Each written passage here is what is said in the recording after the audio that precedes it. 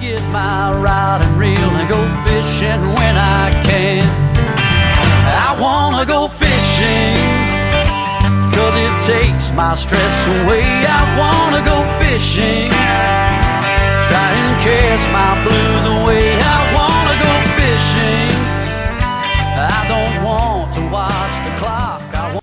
Okay, so I thought I'd make a video today.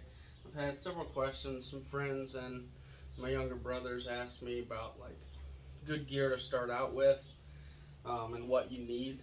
So I thought I'd make a quick video today, talk about what I currently use, and then like what would be like a bare minimum, like if I start over from scratch and didn't have, you know, time to buy stuff, you know, periodically, and just wanted to go out and buy enough stuff to fish with and not spend too terrible much money, what I would use. So first of all, if I had to just go buy a cheap rod just to get me started and didn't have anything else, I would probably go for something like this. This is a little Zebco Slingshot, the Walmart special. I've had this one for about 7 years, and you know, we all know what you get, what you pay for, and you can get into one of these, especially if it was on sale, for less than 20 bucks at Walmart or somewhere similar. Pretty much everywhere, at least in the Midwest, you can find these little suckers. They're cheap. Throw some 8 or 10 pound line on it, and I mean, you'll be pretty much ready to go for, you know, fishing creeks or ponds or lakes or whatever, anything that you can catch freshwater besides catfish or your monster bass. You're going to be able to get hooked up with this and get them on the bank. Like I said, I've had this one for probably 7 years. So much so you can see that the fiberglass is getting sunburnt and brittle. I've caught a lot of fish with this little setup here. Right now all I've got it set up for is hook and bobber, set at about 6 feet, because that's how we fish most of the farm ponds that we fish. Hook and bobber, 5 to 6 foot of depth. Really solid little setup, very cheap. And if I was in a rush, if I lost all my gear or had traveled somewhere and didn't have any of my gear and needed to go buy a rod and fish with it, probably be one of these if I was looking for something just cheap. And not that they're disposable, because if you take care of them they will last, obviously, but just something that to get a hold of and fish with real quick. This is pretty much just that rod's big brother. This is just a special edition Zebco Folds of Honor in the like digital black, white, and gray camo. Pretty much the exact same setup. It's just got a little beefier reel on it that came in this Folds of Honor special edition pack. And even this one only cost me like 50 bucks. I ordered it from Sportsman's Guide because I was trying to find one of these Folds of Honor rods. But it's pretty much the same exact deal as those Slingshots. And I've probably had 10 of those Zebco Slingshots, or was it Zebco 303s, over the last 15 years. Now this little rod, this is also just a little Shakespeare, call it like their Dock Master or Dock Pro, or you know, whatever they call it. Dock Runner, there we go.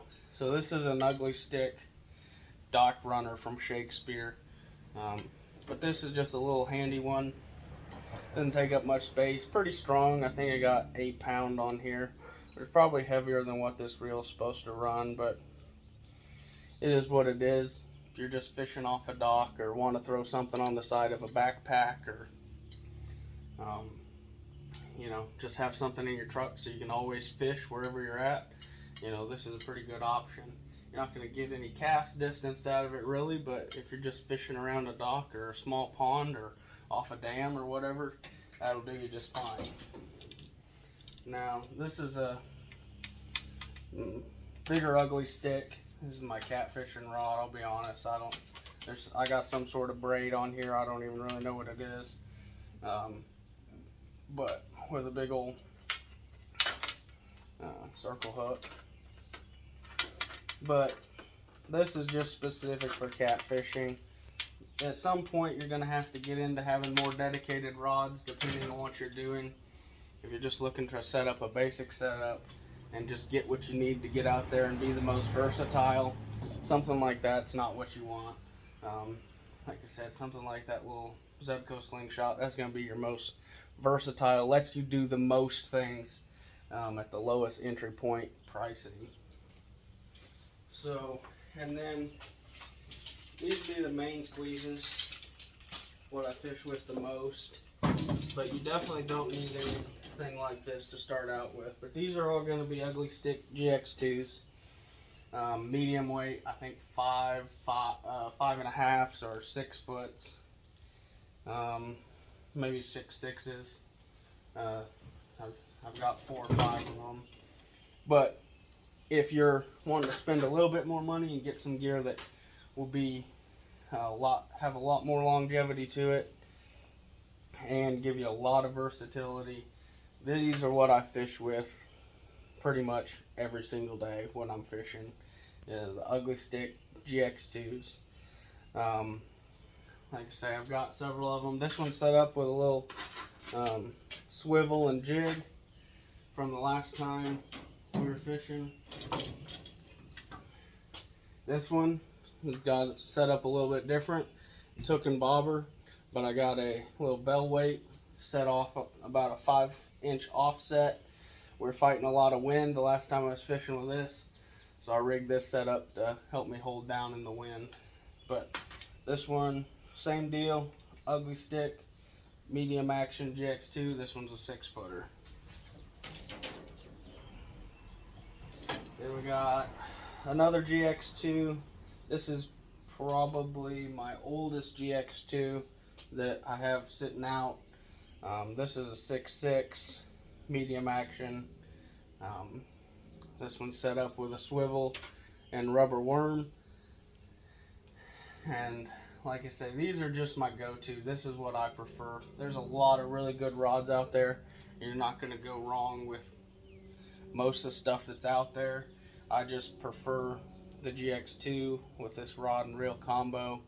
Simple, it works, they're pretty reliable, very sturdy. So that's just what I run with. And then this one is actually the GX2. It's also a 6.6 medium, but it's a 4-section rod. So it breaks down here, here, here, and it goes in a little backpack kit. But when you put it all together, it's a full 6.6 medium action GX2. That's really nice. This one is obviously rigged up because I was fishing with it, but this one just floats around in the back of my truck in case there's ever a lip ripping emergency somewhere and I need to catch some fish in a hurry. I've always got that one just floating around under the back seat of my truck.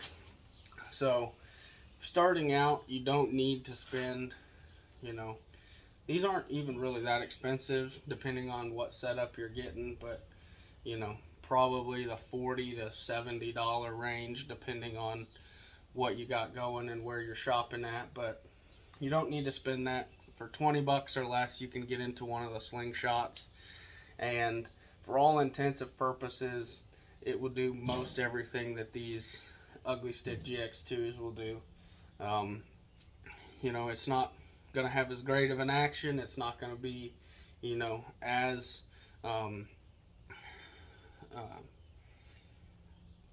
sensitive in some scenarios. It's going to wear out faster. It's not going to be made as high quality. But if all you're wanting to do is get out there and get into it, it's going to do what you need it to do. And if you're a beginner just getting into it, you're not going to be able to tell the difference until you've been fishing for a while in the quality of the reel or the sensitivity of the action. So, You could spoil yourself and go out and buy a $60, $70 GX2 from Bass Pro or whatever and get you a good Shakespeare reel to put on it. Or you could just go to Walmart and get a Zebco. The 303s are good. I like those for kids or really, really like new beginners. But the Slingshot, cheap, easy way to go in my opinion. So next I'm going to talk about gear and tackle. Just keep in mind that most of this stuff is stuff I've just collected over several years. And you definitely don't need all of this to start out. And I'll kind of break that down, what I think are the essentials as I'm going through it. So we'll just start on the outside of the bag and work our way in. Here in the back we just got a big old set of needle nose pliers. You can buy the specific fishing made purpose built ones, but just a big old set of shop needle noses will work just fine. You got just a cheap set of knives. I mean, these go in my hunting backpack at various times of the year as well, just to have a set of knives that's a little versatile. That's just a random lead sinker, but cheap set of knives just for utility purposes, not for fillet, and some sort of set of pliers. Got me a little tape measure on a lanyard here. If you're fishing public or conservation area and you have to measure your fish, better have that. And those are like $1 at Walmart or Dollar General, and it'll be way better than a couple $100 in tickets if you're keeping fish you shouldn't be. So move around here to the front pocket. This is just an El Cheapo little fillet knife. I wouldn't want to fillet a bunch of fish with this, but in a pinch, I've always got a knife in the bag that I can do something with. Coming in here, little box knife, cheapest flashlight I could find at Dollar General. Stringer, I wouldn't use a stringer very often, but if I do, I have one in there. It's like 75 cents. And then just another little pair of pliers. Can't have too many pairs of pliers because it never ceases to fail. If you're really fishing, you're going to lose a few sets. So, and then because I don't want to lose them, I got these ones on lanyards. These are like $5-6 at Walmart. It's got a cutter on it, little set of pliers, spring loaded, pretty comfortable. It's just the cheap Ozark Trail stuff. Put it on a 50-cent lanyard and it's hard to lose it that way. Then here I got a more expensive set of Berkeley's. Definitely don't need these. They're more purpose built. They got a little notch on here for knocking the paint out of the eye of a little lead head jig or what have you. But I like them, but you definitely don't need them. You could definitely settle for the little pair that's in here or this pair if you're just getting started out. And I mean, it only set you back $3 or $4. Set it up that way. Other thing I forgot to show while I was in here was these Grime Boss wipes. Definitely don't need those. That's sort of a luxury bougie thing. I just started using them when I started trying to film stuff so I could wipe my hands off before, you know, messing with the camera or other stuff, get the fish slime off of me. But definitely don't need those. But so like I say, if you're fishing public, you're gonna want a tape measure, a pair of pliers, and a cheap knife. You could get into all that for less than $15 at Walmart. Go ahead and open it up. Inside, this is my top box, is what I use the most. I do a lot of hook and bobber fishing. So you can see here we just got an assortment of hooks, weights, all sizes, and 6 or so bobbers in there. I really do prefer these, but they are more expensive. You can buy a multi-pack of these ones for just a couple of bucks.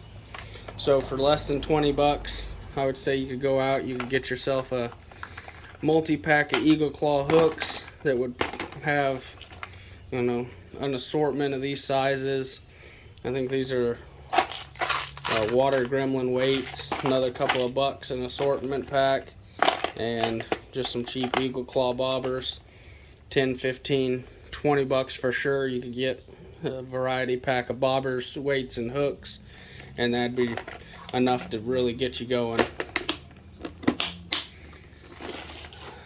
This is all hard baits for spinners.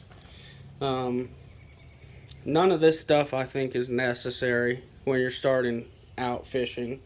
You know, it does help if you're species specific fishing or fishing different areas where the fish may be a little bit more picky and whatnot, but just if you're going out trying to catch fish, you don't need to spend all the money that's in here. And there's guys that spend hundreds and hundreds and thousands of dollars on hard baits. I just don't fish with them enough for that to be something that I need to do. Little spinners.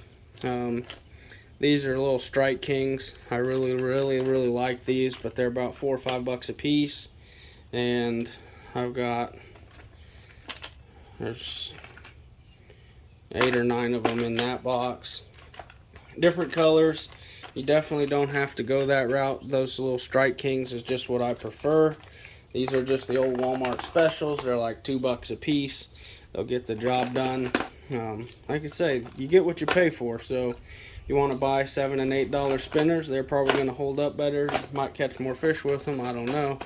But if all you're wanting is something to get your feet wet, you can definitely get into them for a couple bucks a piece with old Walmart specials. And if you lose them or get them hung up, you don't need to feel like you need to go swimming for them, because they're just $2. When if I was spending $8 or $9 on the, you know, big Rapalas or Strike Kings or something else, then I would definitely have to go swimming for those. Like I say, these little Strike Kings, they're my favorite. These little hard baits. If you were to get a couple of hard baits, my recommendation would be crawdads or crickets to start out with. Just because, especially if you're fishing small creek smallies, or even lake smallies, that's what would be the most versatile in my opinion. Getting down here, we'll get into some, got a few lead heads and little jig tails in here. I do fish with these quite a bit, so it's always good to have an assortment, but these are still definitely not necessary to start out set. But these also come in variety packs for $7 or $8. You could probably get 6 different colors and a half a dozen little lead heads. Down here in the bottom, this is my catfishing stuff, mostly specific for limb lines. Run a lot of limb lines or jugs or bank lines when I'm catfishing, so really there's no need to carry this around in your bag. This isn't something that you're just going to get into, but you got big old hooks. All of these I think are eagle claws on swivels, and then got some older ones that are still attached to swivels, and then just a bunch more eagle claw swivels. But this is definitely nothing that you need to worry about if you're just starting out. And then obviously everything from 1 pound, 10 ounce, 8 ounce, 4 ounce sinkers, and then just a couple of sections of steel pipe that I would run off the bottom of my jugs. So in here I just got a selection of soft baits and a bunch of extra bobbers. Just a variety of colors. It really depends on what you're fishing, where you're fishing for, but you got options. I don't really have a preference as far as zoom or power bait or anything, but just enough to give me a variety of colors. And obviously there's some loose ones in here, and then just some more little jig tails. But just enough to get you started. These, depending on what ones you're buying, they can be $3 or $4 a bag or a pack. Really, if I was just buying a real basic kit, all I would get would be like neon and red and blue.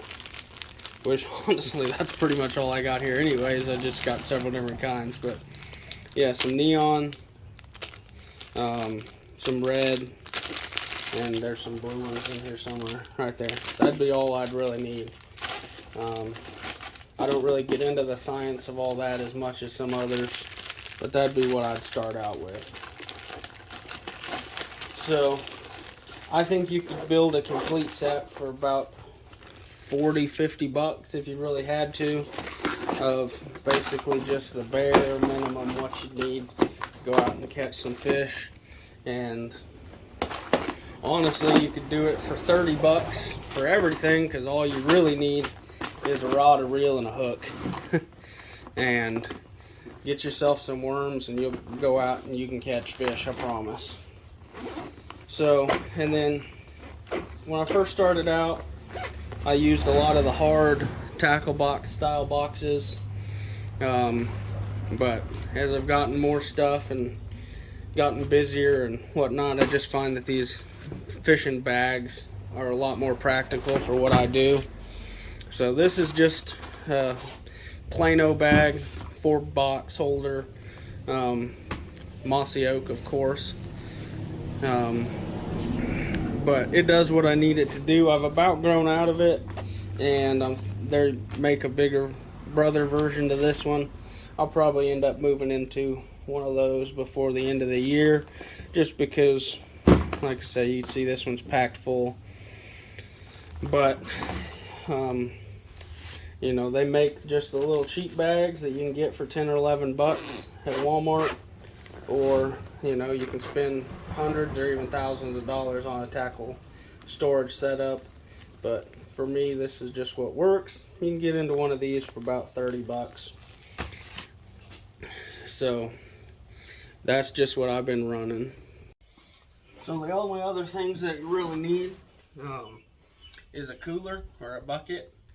And I just use a 5-gallon bucket and a lid. Like, if you don't have one laying around, you can go buy one for a couple dollars, but or a little cooler. Igloo and Coleman make the little red cheap coolers, and those will work just fine for what you need. Fillet knives, big fan of Rapala. Don't really see any reason for buying anything else. There's a lot nicer, more expensive knives out there, but as far as going cheaper than that, I wouldn't do it. So I've got several Rapala traditional fillet knives and the Rapala electric reciprocating knife, and that's what I use pretty much constantly. Like I say, there is definitely better stuff out there for, you know, a higher price point, but as far as going cheaper, I wouldn't go cheaper than a Rapala for knives. The only other thing that I didn't mention is I like to restring all my stuff. So,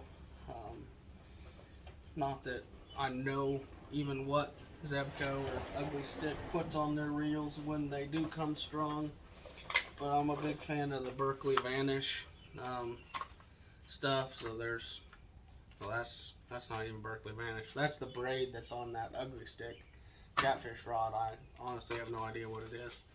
But the Berkeley Vanish 8, 10, and 12 is pretty much what I always keep on hand. And it's what I think every single one of these rods is strung with, except for that Catfish rod that's got that green braid on it, if you can see that. So, yeah, Berkeley Vanish.